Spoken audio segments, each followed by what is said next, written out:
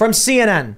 Biden asks if deceased congresswoman is present at White House Food and Security Conference. Does this do it for you? Is this more apocalyptic? The president, who a month ago paid tribute to a congressman who died, seemingly forgetting he did that a month later, calls out to her and says, is she here? Where is she? I guess she's not here. I guess not, huh? Just a week and a half ago, he was on 60 Minutes and they asked him if he was mentally and physically fit to serve office. And he's like, I'm focused. I'm focused. And then 2 weeks later, you know, he's like, oh, where's the dead congresswoman? Yeah. I mean, oh my God. Gosh. Like, come on. He's undermining his own argument. Oh yeah, I'm in good shape. I'm in good shape. I'm 80.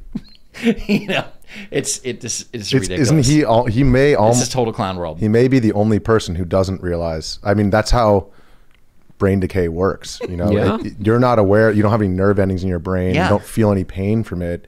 So I don't think we should be asking him if he has brain decay. That's not how it usually works. You don't ask a person with dementia if they have dementia. But everybody else around him is like his yes man. That's correct. He has two metal stents inside of his head holding back major what is it, aneurysms.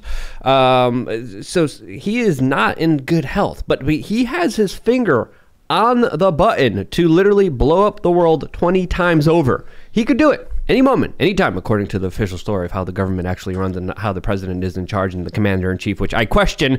And I think his decline perfectly shows what I think is what is happening behind the scenes of just the front guy that they're pushing forward to blame for the acceleration of the Great Reset. Let's put him up forward. Let's blame everything on this cognitive decline. Meanwhile, the richest, most sinister people behind the scenes are grabbing up everything for themselves and pushing the most absurd policies that no president would ever want to be known for. So, but I want to give a shout out to CNN because you know, this headline is amazing. Biden asks if deceased congresswoman is present at White House Food Insecurity Conference.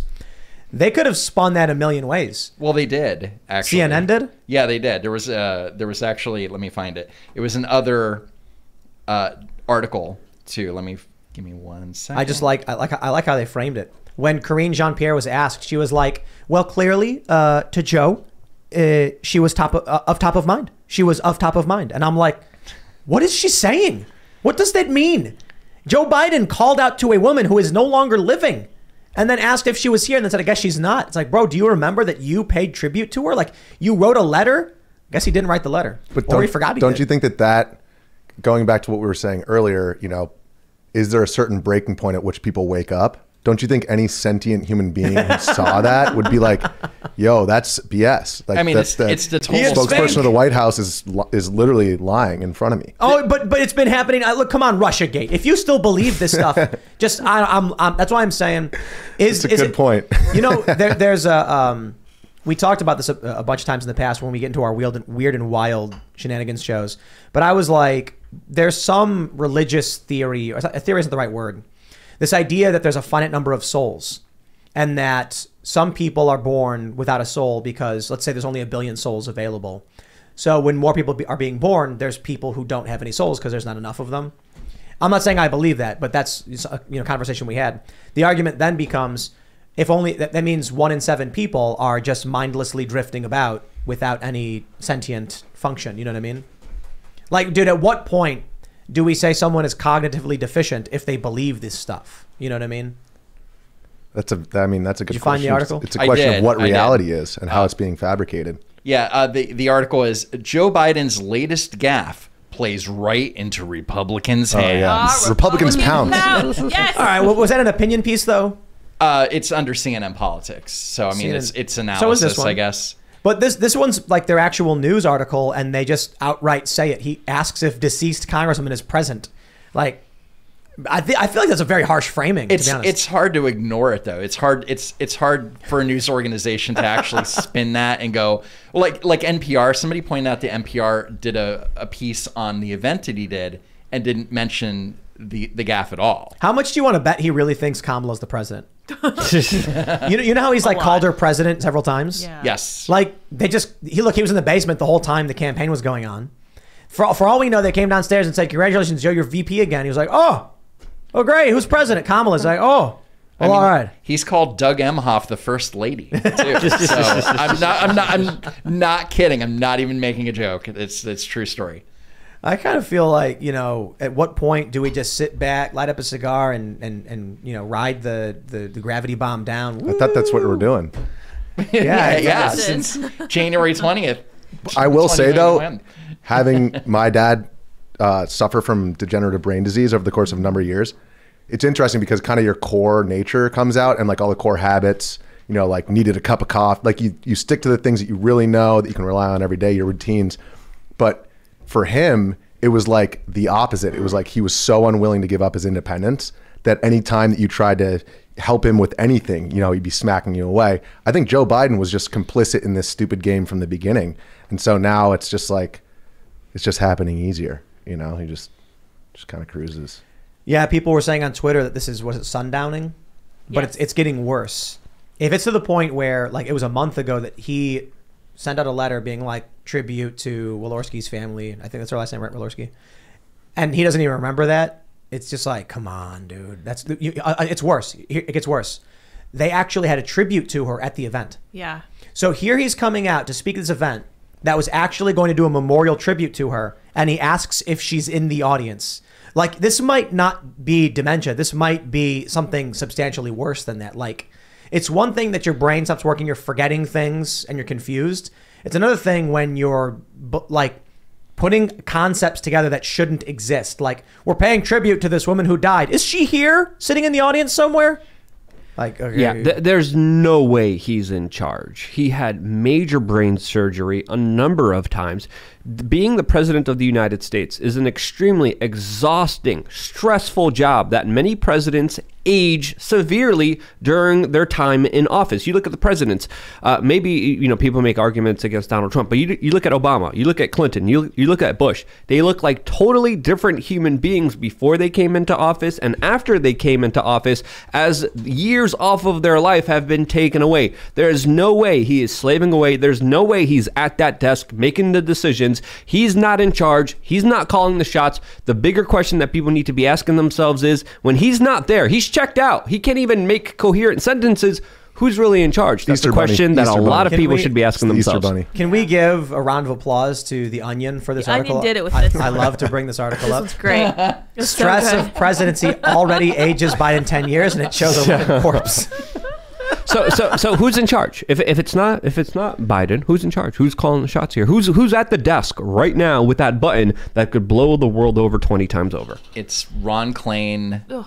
It's Jake Sullivan. Barry O. It's definitely not Kamala. Victoria Nuland, BlackRock, and all these other Goldman Sachs and all these other multinational corporations that are obviously benefiting greatly from the policies that he's not even putting into place, but he's signing on to and saying, yes, I'm for it, when in reality, I don't think he's there. Well, getting back to the actual gaffe, people don't don't understand, because the White House is spinning it in a way that they're like, oh, well, she was on his mind, at top of mind, and that's why he said it. But of top of mind. Of top of mind. Of top of mind. He was of top of mind, I think. Well, I don't know what that means. Like that, I don't know. Well, I get what you're trying to say, but like, where did that phrase come from? Is it something people say? Steve Portnoy from CBS News, I think he's CBS News, CBS News Radio.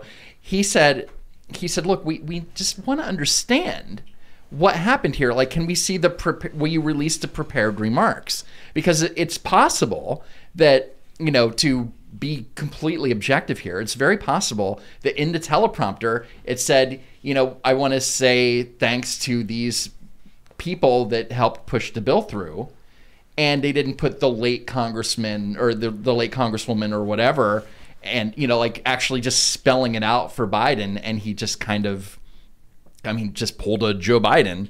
But the answer was, why do you need to see the prepared remarks? We put the delivered remarks up on our website. So it's very possible that somebody made a mistake in the teleprompter. But ultimately Joe Biden made a mistake. He's Ron Burgundy. He just reads whatever's on the prompter. But you really need, like, that's why he had the card. Remember the card that he had where it said, walk it through the door, sit down. You do this. You do this. The reporter, did you see the one with the reporter's pictures and names and news organization and question and answers that they were supposed to be given and having the interaction with? All of that. Just they do so that. They give him cards with little thumbnails of the people that he's going to be interacting with. In huge print with big photos. Very simply laid out there. We sometimes do promos for emergency food here on this show and on my other show. And right now we got this big hurricane barreling down on Florida, and it's crazy. I mean, the water on the northern part of the hurricane, all the water was pushed out. So like the water drains because the wind is pushing the water. And then on the south end of the hurricane, it's actually an 18-foot storm surge just flooding Fort Myers. It's brutal. And stories like that, when they come up, I'm like, guys, you really need to consider this emergency food. Yeah. Because people are going to get trapped in their homes for up to 10 days with no electricity. And so have you thought about what your emergency supplies are? Do you have canned food? Do you have supplies? Do you have water you're going to be able to drink? So especially if it floods, like, what are you going to do? Where are you going to go? Now that story, it's obvious to most people, like, why you would need emergency food. But I got to tell you, this story, I think, is a bigger example. There's a hurricane and our president doesn't know what's going on. No, I mean, like, bad combination. If the perfect storm, so to speak. If a commercial came on and they were like, a storm, a hurricane, could strike at any moment. Right now, there's a hurricane. Buy emergency food. I'd be like, yeah, I get it, whatever. You show me this, and you're like, the president can't remember that he paid tribute to a congresswoman who died. I'd be like, oh boy. As we're severely escalating tensions with Russia and trying to, of course, make sure that the conflict in Ukraine is prolonged, it's absolutely bonkers to be in this current situation, not just because of the natural disasters, but the human disasters that are happening in places like Philadelphia, places all throughout the United States where havoc, criminality, and lawlessness is just the new norm, which is again just perplexing to see such a destruction and such a chaos within our society. And I think a lot of it is deliberate. And speaking of the hurricane, that story, the hurricane, is actually drowning out.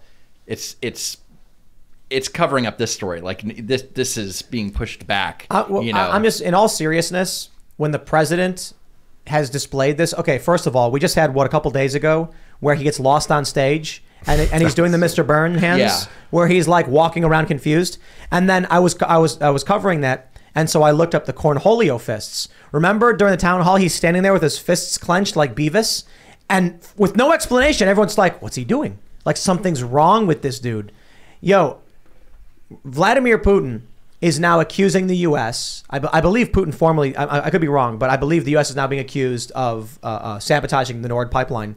Tucker Carlson came out with a great segment last night, way more in depth than the one I put out, pointing out that not only did this leak occur with 2 explosions detected on the Nord Stream pipeline, but the Baltic pipe was just announced the same day, coming from Norway to Poland. Right. Yep. And very, very close to where the Nord Stream line goes in. And then all of a sudden, right.